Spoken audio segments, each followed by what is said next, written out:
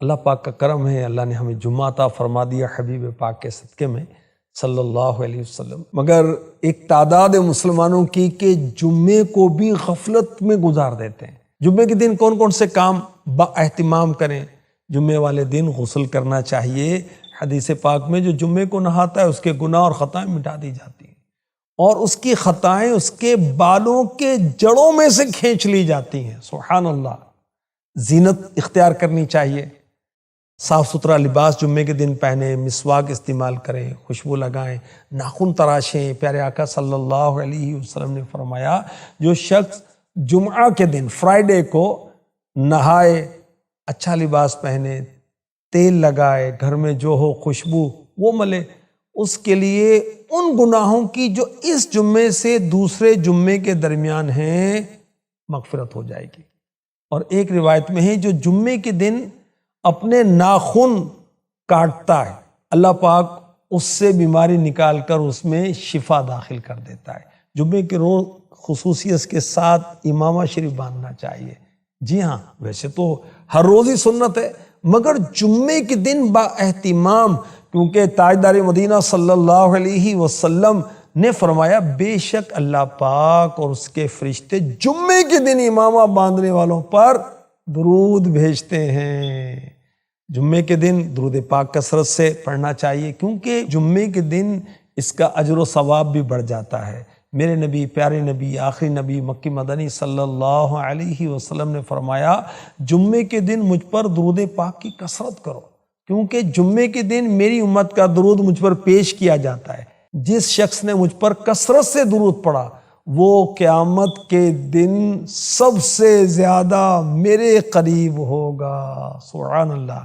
جمعے کے دن جامع مسجد کی طرف جلدی بھی کرنی چاہیے جس قدر ممکن ہو۔ میرے پیارے نبی صلی اللہ علیہ وسلم نے فرمایا جب جمعہ کا دن آتا ہے مسجد کے ہر دروازے پر فرشتے آنے والوں کو لکھتے ہیں، جو پہلے آئے اس کو پہلے لکھتے ہیں، جلدی آنے والا شخص اس شخص کی طرح ہے جو اللہ پاک کی راہ میں ایک اونٹ صدقہ کرتا ہے، اس کے بعد آنے والا اس شخص کی طرح ہے جو ایک گائے یعنی کاؤ صدقہ کرتا ہے، اس کے بعد اس شخص کی مثل ہے جو مینڈا شیپ صدقہ کرے، پھر اس کی مثل ہے جو مرغی صدقہ کرے، پھر اس کی مثل جو انڈا ایگ صدقہ کرے، اور جب امام خطبے کے لیے بیٹھ جاتا ہے تو فرشتے اعمال ناموں کو لپیٹ لیتے اور آ کر خطبہ سنتے ہیں۔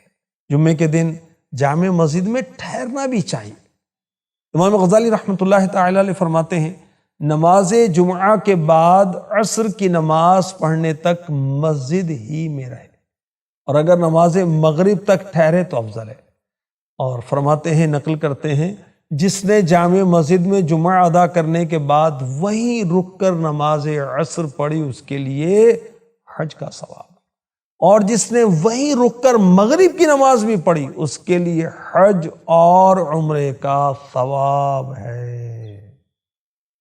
قبروں پر جمعے کے روز حاضری بھی دینی چاہیے، کیونکہ جمعے کے دن روحیں جمع ہوتی ہیں، زیارت قبور کرنا اس کو کہتے ہیں، اور جمعے کے دن جہنم کو نہیں بھڑکایا جاتا، اور جمعے کے دن زیارت قبور یعنی قبرستان حاضری کا افضل وقت کون سا ہے؟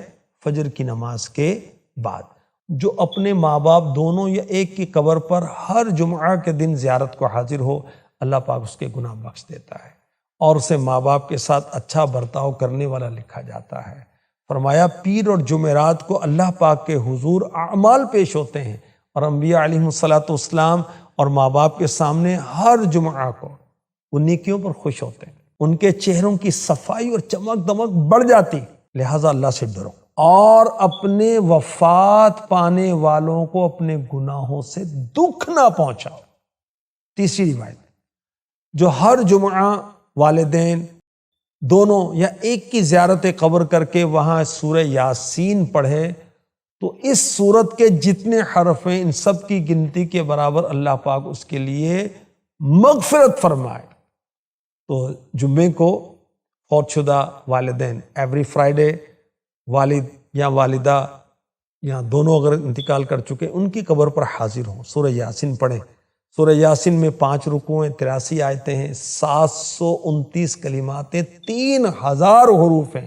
انشاءاللہ الکریم 3000 مغفرتوں کا ثواب پائے گا۔ جمعے کے دن سورہ کہف کی تلاوت کرنی چاہیے۔ میرے آقا مکی مدنی مصطفیٰ صلی اللہ علیہ وسلم نے فرمایا جو شخص جمعے کے دن سورہ کہف پڑھے گا اس کے قدم سے آسمان تک نور بلند ہوگا جو قیامت کو اس کے لیے روشن ہوگا، اور 2 جمعوں کے درمیان جو گناہ ہوئے ہیں بخش دیے جائیں گے۔ ایک روایت میں جو شخص بروز جمعہ سورہ کہف پڑھے اس کے لیے دونوں جمعوں کے درمیان نور روشن ہوگا۔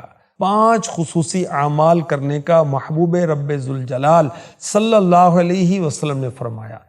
5 چیزیں جو ایک دن میں کرے گا اللہ پاک اس کو جنت ہی لکھ دے گا۔ نمبر 1 مریض کی عیادت، نمبر 2 نماز جنازہ میں حاضری، نمبر 3 روزہ، نمبر 4 نماز جمعہ کو جائے، 5 غلام آزاد کرے۔ اللہ پاک ہمیں روز جمعہ کی قدر نصیب فرمائے، اس میں زیادہ سے زیادہ نیکیاں کرنے کی توفیق عطا فرمائے، آمین۔